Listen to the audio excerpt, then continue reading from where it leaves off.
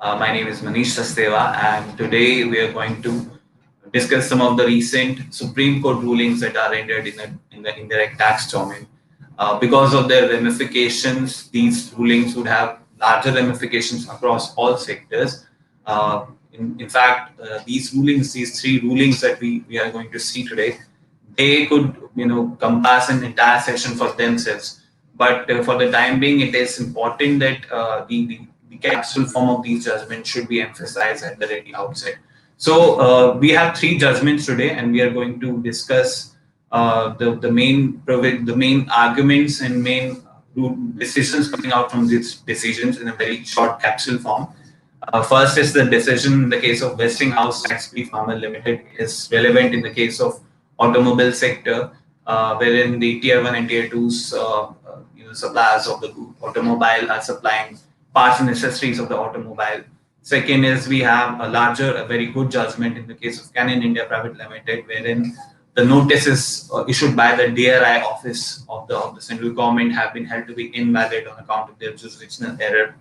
Then we have another decision in the case of Government of Kerala versus Mother Superior Adoration Convent, wherein the principles of interpretation of exemptions have been exemplified, particularly in light of another adverse judgment which was rendered in the year 2018 in the case of Philip Kumar and Company.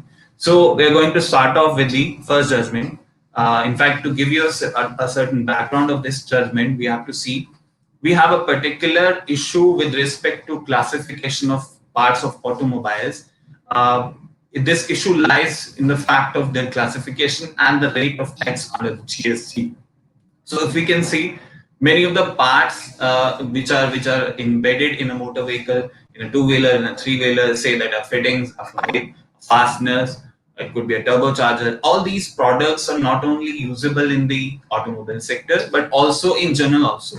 So if you talk about a fastener could obviously use in fastening the various parts of the motor vehicle. And it is also usable in functional industries. Like you could see a door being slammed through a fastener, or the fastener is of course usable in variety of the machines. It's just small nut bolts, and of course it has various utility. So the problem lies in the fact that variety of the headings under Chapter 84 and 85 are taxable at 18% GST. The products under Chapter 72 to 76, which is base metals containing iron, silver, scrap, iron, silver, or I would say iron, steel, aluminium, all these products are taxable majorly at 18%. And there lies a differentiation with respect to classification of motor vehicles, such that the motor vehicles, four-wheelers, their parts, they have another separate chapter heading, in fact, Chapter 87. And inter alia, within the Chapter 87, there is a subheading 8708, which incorporates the parts of motor vehicles. Now, these Chapter 8708, except for the tractor parts, are taxable at the highest rate, which is 28% GST. Similarly, the two-wheelers motor vehicle parts are taxable at 28% under Chapter 8714. We have another slight different proposition with respect to the parts of railways, which are classifiable majorly under 8706, and currently the tax rate on them is 12%, whereas before 1st October 2019 the taxable rate was 5%. So the question lies in the fact that where does a particular product having functions of both usable in the motor vehicle sector as well as the general utility, like I told you about the fastener thing, the nuts and bolts things. Where does this product should be classified? Should it be classified under the functional heading, which is under Chapter 72, Chapter 73, or depending upon its use, that this is going to be used as a part of motor vehicle, a four-wheeler, a two-wheeler, or it could be classified. If it is being supplied for the railway, it could be classified under 8106 also. So where do you classify it? Essentially, there are three tests which are summarized under the HSN explanatory notes. We're going to see those how those tests are derived into. If you see the test of classification of any parts and accessories under Section 17, which inter alia includes Chapter 86, 87, and 88, and in fact 89 also. The test of classification under these sections are three tests. First, So when can you classify a particular product under these section? It depends on three situations. First, you have to satisfy the exclusion test. That is, the first test is that these parts necessaries. If you can see chapter note 2 of section 17, it says that expression parts and accessories do not apply to the following articles, whether or not they are identifiable as for goods of this section or not. So basically, it gives an exclusive list. If you can see on your presentation before you, there are multiple types of articles which have been excluded from the very features of being considered as a part and articles of this section, section 17, in fact.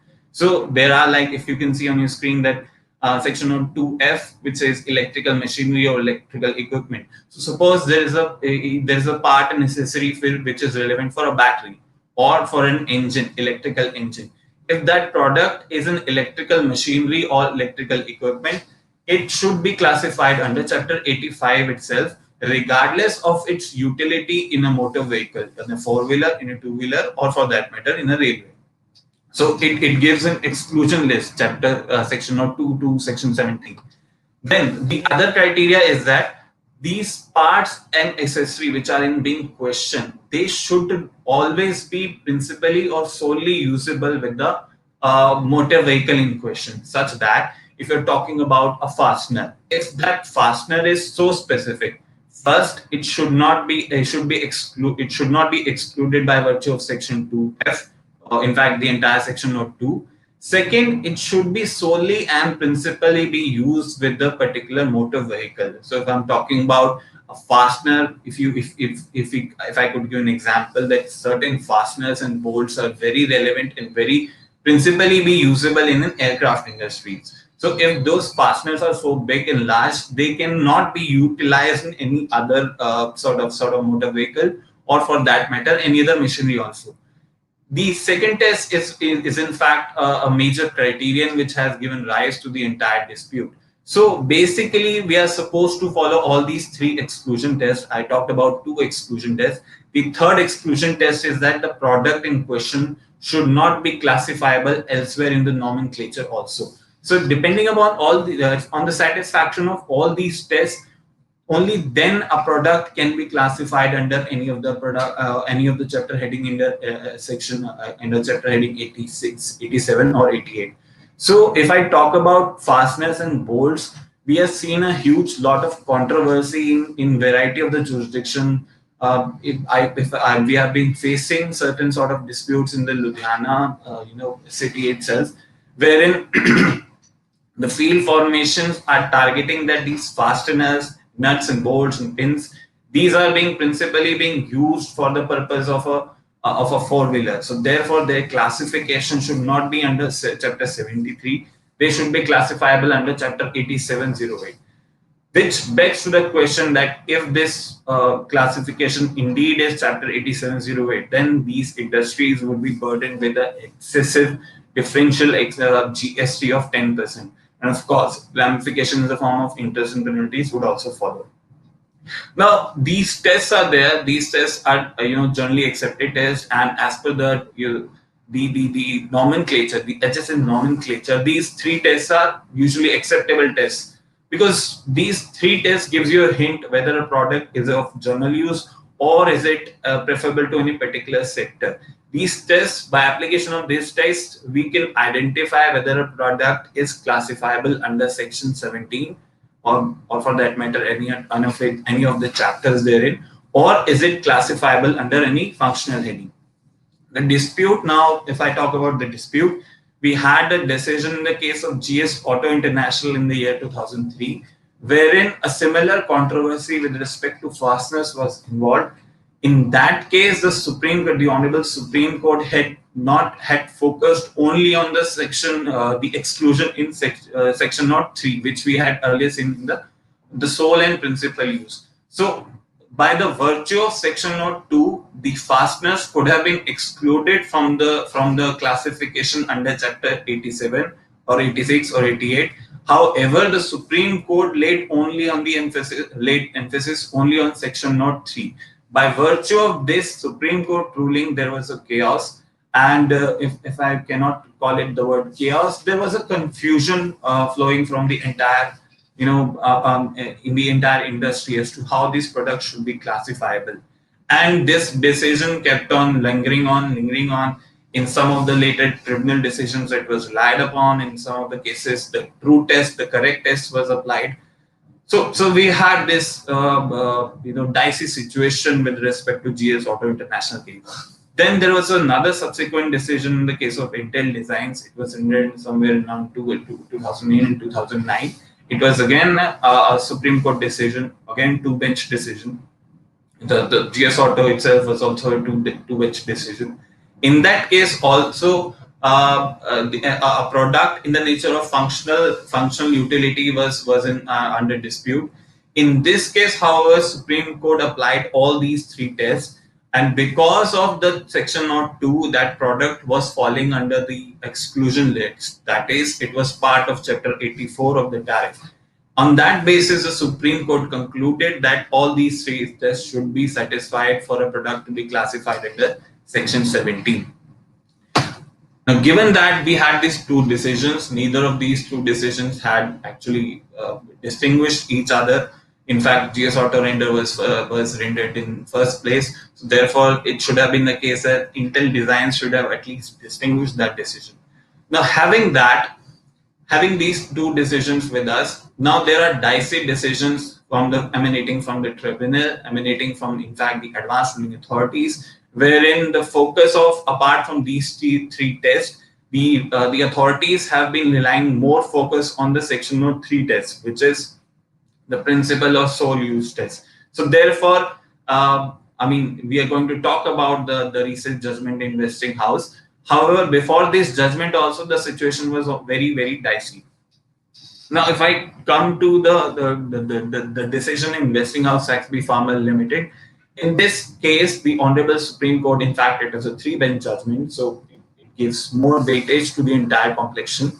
In this case, the product under dispute was relays for railway signaling system. It is used as it is an electronic device and operated as a switch used for controlling the circuit. In this case, the competing entries was Chapter 8536.90 and the other functional, in fact, the parts and accessories chapter heading 8608. It was earlier known as 8608, which was in the context of railway parts. In the year 1993, the SSC submitted classification in 8608 because the rate of text in 8536 had been enhanced by the central government. So therefore, in order to get a lower rating, the SSC sought for a classification under 8608. The CBIC circular later on in 1996 actually declared that plug-in type relay is meriting classification under 8536. So therefore, there was a dispute whether this product is classifiable under 8608 or 8536. The Honorable Supreme Court, first of all, it did not get over with the decisions of GS Auto and Intel Designs. It in fact, in a separate sort of a decision, it laid again emphasis on section in fact Rule 3A, which is applicable when a particular goods is classifiable under two headings. So as we were seeing that the third exclusion test, that product should not be classifiable under parts and accessories test, or I would say the exclusion test was that the product under parts and accessories would only be applicable only if the product is not falling under any of the other chapter headings in the tariff. So this was a derivation of Rule 3A of the General Interpretive Rules of the classification. Now the court in this case, in Westinghouse Saxby, held that this rule, this derivation of this rule is applicable only when the product is identifiable under two headings. Now when a product can be identifiable under two headings, in this conclusion, probably the court makes the question that if at all there is a dispute pending between 8536 and 90 and 8608, the court laid emphasis that if you consider a part as a part of railway, then there is no dispute at all. So therefore, you do not come back to the Rule 3A, which is specific versus the general heading. So therefore, you have to restrict yourself to only the sole and principal use test. The court also emphasized the very importance of this suitability test. It relied upon a decision in the case of A. Nagaraju Bros versus State of Andhra Pradesh to basically emphasize that the relevant criterion of predominant or principal use should be seen with respect to classification. Now, this decision has basically reached us to the position, the status quo as was relevant in the GS Auto International. It gives us a perplexion again that the three tests that we had seen for classification under section 17, it has ridden over all these the first and third exclusion of parts and accessories test, and it has given sole weightage to only the principal use or sole use of the product as part of the motor vehicles test. So we are basically today in a flux because variety of the industries are classifying their products. The fasteners, the nuts and bolts is a classic example under Chapter 73(1)(8). So they are basically paying the GST at the rate of 18% today. Basis this decisions, they are in a soup because basis this decision, the department could always contain that those fasteners, the nuts, the bolts, they're classifiable under Chapter 8708, provided they are being supplied to the four-wheeler and two-wheeler industries, in which case 8714 is applicable. They are going to have a hard time going forward because basis this decision, they could have to forego a very large chunk of their business, and of course this is an excessive duty burden on them. Not only fasteners industries, but all sort of functional products which are having a separate function. Electric items is a very good example also. All these industries are also in big soup now. Now we have the ramifications. If I talk about the ramification of this judgment, we have these large-scale investigations going around all around the country. In fact, the customs authorities are also taking a contradictory view with respect to the classification of imported products, because import IGST is also payable on import products. So in Punjab, the state of Punjab, as I talked about, a big investigation is going on with respect to fasteners industries. So a lot of controversy with respect to classification of parts and accessories is basically on the rise. Having said that, probably several business decisions are need to be taken right away right now. As we understand, a lot of the industry associations like ACMA have represented before the government, already represented before the government, to clarify the position that the tests that are given under the HSN, which are of course the derivation of the section notes and Rule 3A, this should be clarified in by way of circular or something like that, so that the adverse argument positions that are being taken by the field formations should be stopped at the first end. Having said that, there's another key identifier if you are a automotive industries. If you see your products that are having chapter codes, a variety of chapter codes that are being carried from the central excise regime. Earlier, the central excise duty was taxable at the unison rate of 12%, regardless of whether the product was under Chapter 73 or 87 or 84. Basically, what I'm speaking about, that the central excise duty was unison with respect to the most of the products. However, as we have seen in the first slide, the rates with respect to Chapter 87 and 86 are in difference with the rates that are prescribed for Chapter 84, 85, the general rate of 18%. So therefore, they have a big decision to make and properly classify their products. And of course, proper representation is also required. So this was the first decision. Now we come to a second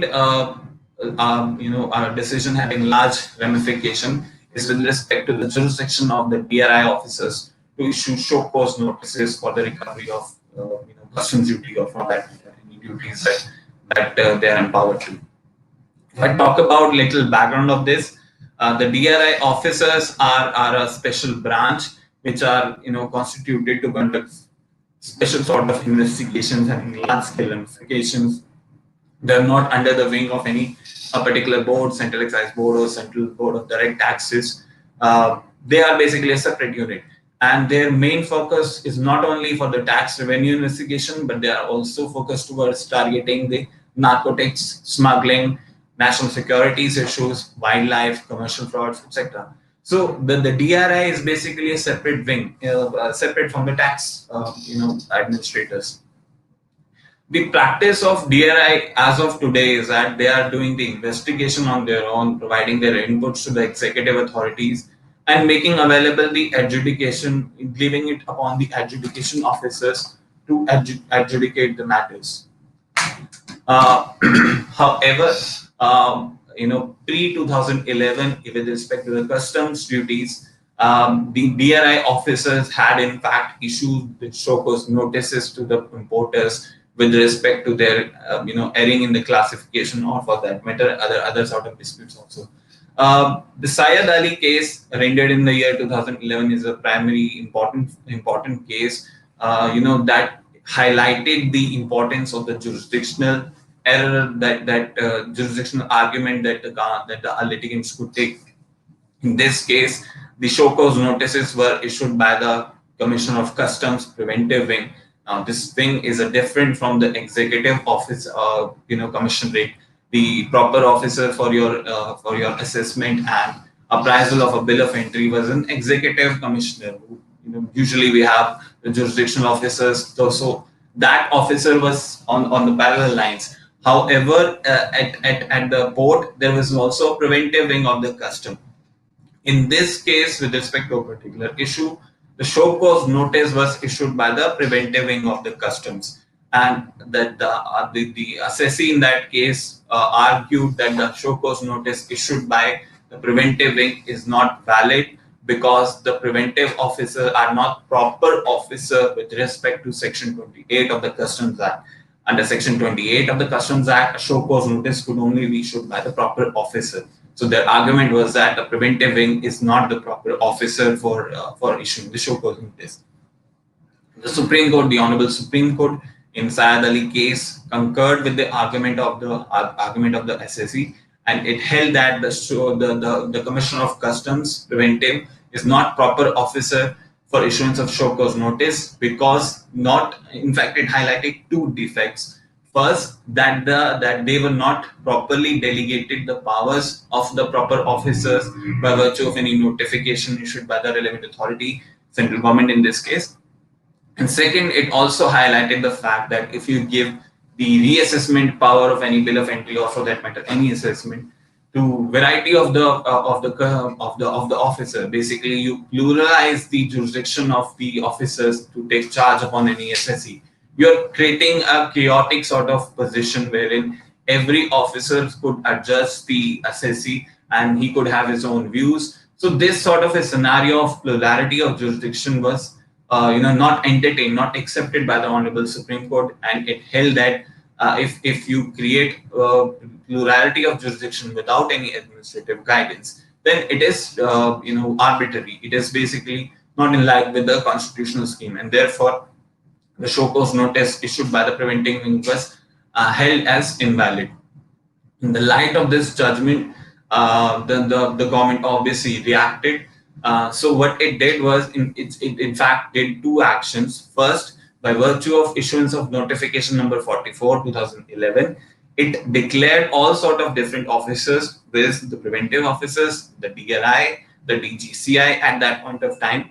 It delegated them as the proper officers. They declared them, these officers, as proper officers, so as to grant them the power of label them as a proper officer for the purpose of Section 28 of the Customs Act, that is, issuance of the show cause notice. And of course, it also granted them the power to assessment under Section 17 of the Customs Act. So therefore, both these jurisdictions of Section 17 and 28 are basically parallel jurisdictions. Section 17 is the first time assessment and 28 is the second time assessment. So basically, it tried to cure the defect, first defect pointed out in the Syed Ali case, that the officers, so-called preventive officers, were not the proper officer. And of course, it was a knee-jerk reaction because at the time of decisions, the previous show cause notices were held to be invalid. The government, of course, inserted Section 2811 by the Customs Amendment and Validation Act 2011, wherein it was stated that before the 6th July 2011, all the show cause notices issued by the officers shall be deemed to be valid regardless of any decree, judgment, or order of any court. So basically, they try to cure the defect by a retrospective amendment, retrospective effect, in fact, and by prospectively issuing notification declaring these officers as proper officer. Again, the issues was again highlighted before the Honorable Delhi High Court in the case of Mangali Impex versus Union of India. Now there was a very curious, kind of situation before the Delhi High Court. In the 2011, not only this judgment was rendered, but Section 28 was also recasted. Before 2011, the Customs Act, the administration of the Customs Act was happened through the proper officers who were sitting in the port. But in the 2000, after the year 2011, the duty of assessment was costed upon the assessee itself, the importer and exporter themselves, that they would require to be self-assessed. At the time of recasting, there was an explanation entered in Section 28, the reenacted Section 28, which stated that prior to the assent of Finance Bill 2011, those cases will be dealt by the earlier Section 28. So therefore, in the light of all these confusion, explanation 2 was kept there, and this explanation was lashed upon by the Honorable Delhi High Court in the case of Mangali Impex, which stated that even after Section 28(11) is inserted, then also it would be considered as only having prospective effect because they have not deleted the explanation 2. It also basically remarked that even after Section 28(11) is contemplated, then also if you grant the variety of powers to all sort of officers, one officers may take a different view and the other officers make a different view. Then also the defect, as was pointed out in the Syed Ali case, that is with respect to the plurality of jurisdiction and the anarchy and chaos that it could create. Section 28(11) cannot survive in that basis. Section 28(11) could only survive if the board could issue guidance that no plurality of jurisdiction would be hampered upon the SSE, and it would be taken off by the administrative actions. That 28(11) would be exercised very carefully. So therefore, it highlighted the principle of arbitrariness under Article 14, that if Section 28(11) is given the leeway to allow multiple officers to issue show cause notices and reassess their cases, then it would hit the arbitrariness bile of Article 14. And therefore, in this case, the show cause notices issued by the DRI were held to be invalid. Of course, there were other decisions from Bombay High Court and Andhra Pradesh High Court ruling otherwise also. This case, now that we have in Canon India Pvt Limited, which is again by a larger bench of three honorable judges. These are the same bench which actually held the case in the case of Westinghouse also. This case again pertained to the show cause notices issued by the DRI wing. This case again is little different from the dispute that was raised in the Mangali Impex, because in this case the litigants argued that the power to reassess under Section 28, regardless of what they have put in Section 28(11), is only available with the proper officer, the proper officer. But that means that only the person who had assessed first time under Section 17, he is the only proper officer who can reassess under Section 28(11) also. So therefore, even if you have given jurisdiction to all sort of officers, they will not be available to exercise jurisdiction under Section 28. Only the person who had earlier assessed the bill of entry will be able to reassess the bill of entry subsequently also. And therefore, this is the basis. On this basis itself, since the DRI was not a proper officer who had earlier issued the assessment, who had earlier done the assessment, the show cause notices issued by the DRI officer was held to be invalid. It again, in the Canon India judgment, it again emphasized on the second defect that was pointed out in the Syed Ali case, which was the plurality of the jurisdictions. It held upon that we have to follow the principle of comity. The principle of comity means that if there is a parallel jurisdiction, the common jurisdiction that the common or the officers are exercising over a particular assessment. If one officer exercises jurisdiction to reassess, then all other persons would leave the right to reassess that assessment. With this, I mean that principle of comity means that all the officers should have to respect the decision of the other officers, his parallel authority. And basis this doctrine, also the court held that the jurisdiction exercised by the DRA officer is not valid. It also highlighted another argument basis which the show cause notices issued by the DRA are invalid, is that it held that Section 6 of the Customs Act provides the central government to assign the functions of customs administration of the Customs Act to other sort of officer. So the court basically laid down on the fact that DRI officers are not the officers of the customs, and since they are not authorized under Section 6, although they have been authorized under Section 234, then also they do not have the proper authority to act under the Customs Act. The Section 6 argument is little bleak because it appears that the notification 44 of 2011, which was issued under Section 4 of the Customs Act, was not brought before the Honorable Supreme Court. So the argument on this count of Section 6 error appears to be a little bleak in this sense. Now, what are the ramifications of this judgment? It is expected that the board and the central government would take a decision as to overcome this judgment, and whether it would be retrospective or prospective, that we will have to see. But considering that it is a three-bench decision, it is also likely that the decision might be challenged before the higher bench, the bench comprising a larger bench of Supreme Court. The decision might be challenged, but since it is a three-bench decision, a lot of persuasion from the government would also be required. As it stands, the DRI and DGGSTI officers are having a variety of issues before them under GST, under Customs Act, and of course under the income tax also. If we talk about the DRI things, DRI office, illustratively, section Rule 9610 of the CGST rules, which is in contemplation as regards to the utilization of the advance authorization and merchant export scheme. They are under the scanner of the DGSTI and DRI.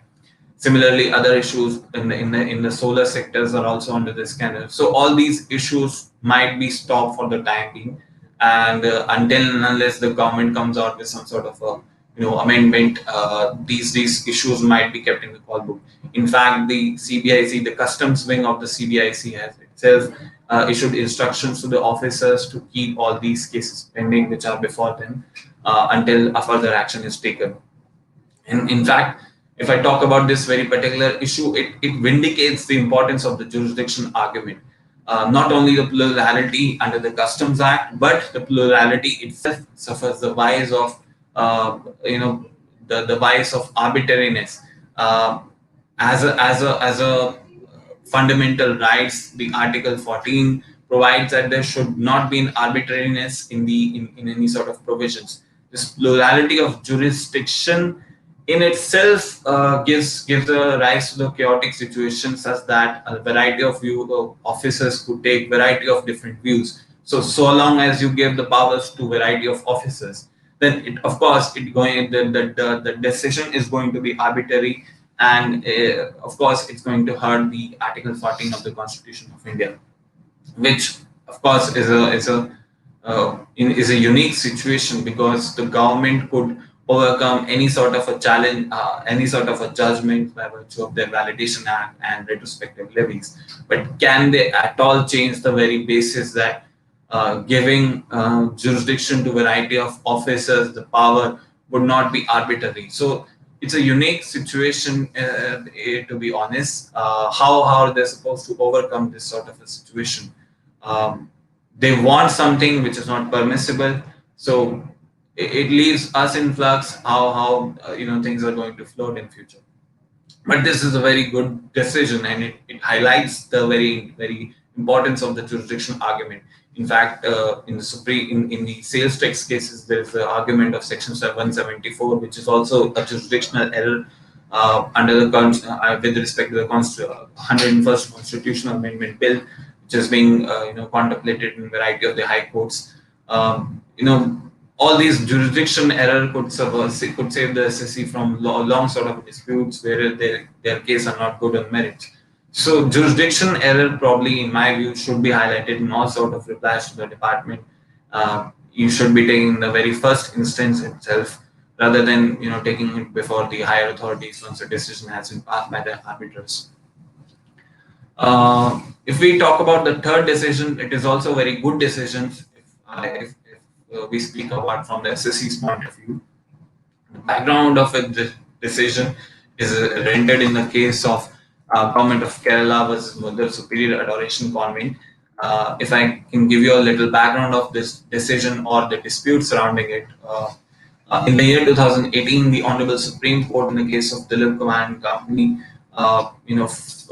changed the very concept of how an exemption notification should be interpreted. I would not say change, but it clarified and to an extent exaggerated that position, such that it held that the exemption notifications are exceptions to the general. That is, once your taxability has been proven, then the exemption should be read.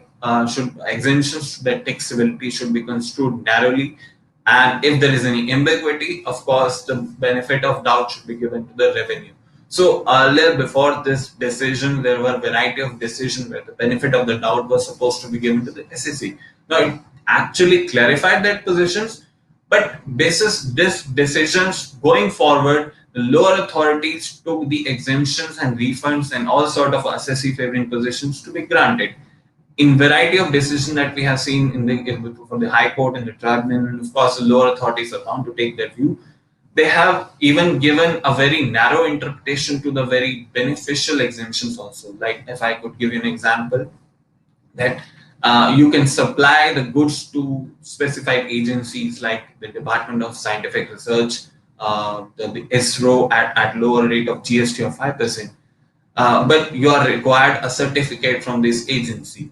Now, depending upon how these agencies react, suppose you are not able to procure a certificate from this agency. So whether you would not be allowed that the benefit of lower rate, because of the fact that this notification required you to procure a pre-facto certificate from these authorities.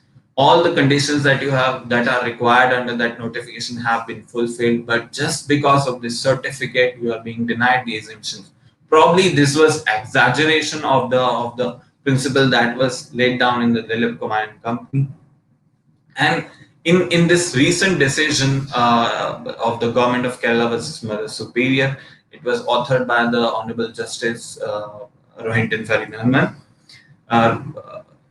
It basically, the case concerned was that it was the exemption from the Kerala building tax, wherein if any building is used for the religious purpose, it was exempted from the Kerala building tax. Apart from this, a church was there, a chapel was there, it was used for the religious purpose. And apart from this, the nuns residing there was also using this chapel for their staying, for their accommodation purpose also. So a dispute arose whether the staying facility that was there in the chapel, could it disentitle the convent from claiming the exemption from the building tax. The officers, of course, took a different view. They stated that the exemption should be treated as narrow as possible, and therefore, since this building is not entirely used for only charitable purpose, but for also the accommodation purpose of the nuns, therefore the exemption should not be available. The court, on the other hand, held that not only that you have to see how the exemption is worded, but you have to see the object of the notification or the exemption notifications. If the object of the exemption notification is to grant a certain benefit, that is, it is in the interest of a certain particular sector or the industry or the certain sort of people, then you have to see that object. considering that object, if at all any sort of a procedural conditions, or for that matter any sort of ambiguity that has arisen, then you should consider the object. That is, if you in this case, if you do not grant the convent the exemption from the building tax, it would obviate the very objective of it. Because if you can see, if the example that was given in the judgment was that it is not that the religious place was being used for the accommodation purpose for all the outsiders. Only the nuns that were using it, the chapel, for the religious purpose, they had to stay in that the chapel, and therefore, if the exemption was not granted, then of course it would obviate with the very objective of granting the exemption to the religious places. So therefore, if the object is to grant the exemption, then you should consider that exemption in the very facet of it, and therefore the interpretation to this exemption should not be considered as narrowly, but with the object sought to be achieved by it, and therefore on this very basis, the Honorable Supreme Court held that the exemption from the building tax is available to these institute. It distinguished the decision in the case of Dilip Kumar and Company by citing that the decision in Dilip Kumar and Company ignored the other authorities that were available, which distinguished that the beneficial, which basically had held that the beneficial exemption should be interpreted on the basis of their objects, regardless, and not the basis that was propounded in the Dilip Kumar and Company case. So this decision is actually a pro-assessee decision, which could help the assessee fighting their case, and stuck with the absurd sort of a situation that was created by Dilip Kumar and Company. Not that it was incorrect, but the exaggeration that that decision that took into, that was a little difficult to contest again. And this decisions would of course give us some leeway to the litigants in fighting over their case. If I could give some examples under GST which might be impacted because of these decisions, are the exemptions which are available to government, local authorities, and other governmental authorities, entities which are engaged in municipal and panchayati functions.